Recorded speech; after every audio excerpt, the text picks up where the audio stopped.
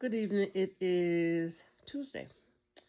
And do you have time for story time? Something funny happened to me the other day and it brought back such a memory. Um, I was playing a game on iPhone app and it started playing this tune. Bluebird, bluebird, in and out my window. Okay. I used to live in Jersey City and my mom and dad was renting from some people on Union Street. Matter of fact, we lived over a dry cleaners. We going back. I had to be about 8 years old. Well, this app the other day was playing that Bluebird, Bluebird, in and out my window. And it reminded me of what happened when I was about 8 years old. And we lived upstairs from a dry cleaners on Union Street in Jersey City. Those who know, you know. And the lady who owned the cleaner, she was a senior citizen at the time. And my mom would go in there. I don't know if she was paying rent or picking up dry cleaners. I don't know what she was doing. But the older lady will always say, "You just like a little bluebird to me." And my mom loved everybody, but something about that situation she didn't like that the lady was calling me little bluebird. Anyway, this is playing on that. We lived in a two-family on Union Street over the dry cleaner, and my mom kept hearing something in the wall, something in the wall, something in the wall.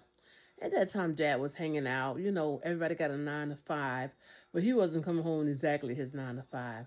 And my mom kept saying, "I hear something in the wall. I hear something in the wall. I hear something in the kitchen. I hear something in the kitchen." So my mom went downstairs one day and she told this man, she said, "I believe we have mice." "Oh, no, there's no mice in this house. You could forget about that. But if you want to buy traps, mice poison, or whatever, you could do that." So the next week or two, same thing. She's hearing something, she's hearing something, she's hearing something. It was more like a flat house, but you kind of walked around in a circle to get to the bathroom. And I think my mother caught the tail of this mouse, which really was a rat, going in the bathroom. So my father goes downstairs and tell the man about this problem and we're gonna move if they can't fix it. And the man was like, "Mr. Benton, I'm guarantee you we don't have no rats in here." My dad put down mice or rat traps, okay? I didn't know anything about it. He put them down. But this is what I remember that will never leave. That's why it's important to be as wonderful as we can to people. Because in your memory, once it goes in, it doesn't come out. Yeah, we forgive people, all that other stuff. But when you remember something, you remember something. My mom had that old fashioned red and white table, go in a circle with 4 chairs. And I can remember my father boiling hot water.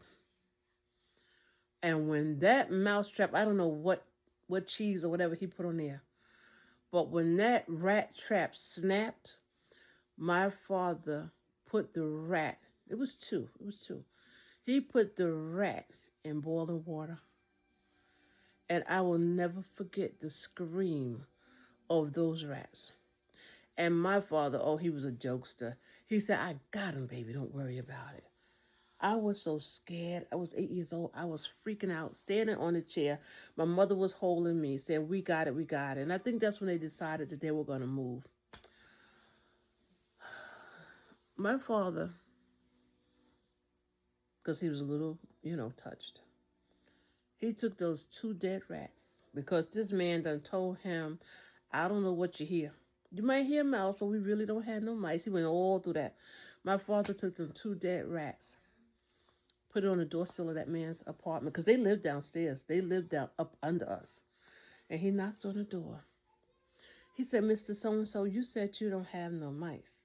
So Mr. So and so said, because I'm at the top of the stairs, I hear the conversation. Mr. So and so said, "No, Mr. Benton, no, no, no. I told you before. You worrying yourself over nothing." My father said, "Well, since it's nothing, you could pick them up and you put them in the garbage." The man said, "What are you talking about?" When that man looked down at his feet, it was a different screen than I had upstairs, but he had a screen.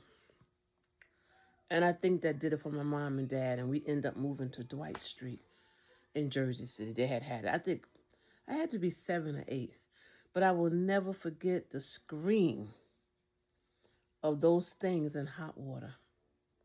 And I don't know why my dad did that, but I guess he had to prove a point. Because the man kept on saying, we don't have that. We don't even have a mice. I don't know what you hear. But that night, I don't know who got him up. Because after the man got through screaming, I heard his door slam. And we lived up the stairs. I don't know why that hallway was so dark, but it was. But we lived up the stairs over the dry cleaners. So my dad came up the stairs. And my mother, she was always soft-hearted. And I remember her saying, she called my father Bunny. She said, Bunny, maybe you shouldn't have did that. I was a little girl. I heard him saying, Liz, we're going to move. And he did. He moved her. But that was just like a small story time that was on my mind. And I'm older, way, way, way older now. But I can't get that out of my mind. That same little scream of those things going in that bucket. Just never got over it. I'm sorry to give you such a crazy story time today, but that is what this channel is about. Things that's story time for me. I just wanted to tell you about that. Anyway, I hope you got none of those things running around your home.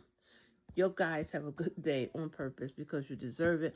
My face is sweaty because I just got off my bike, but I got to go back because I'm still exercising.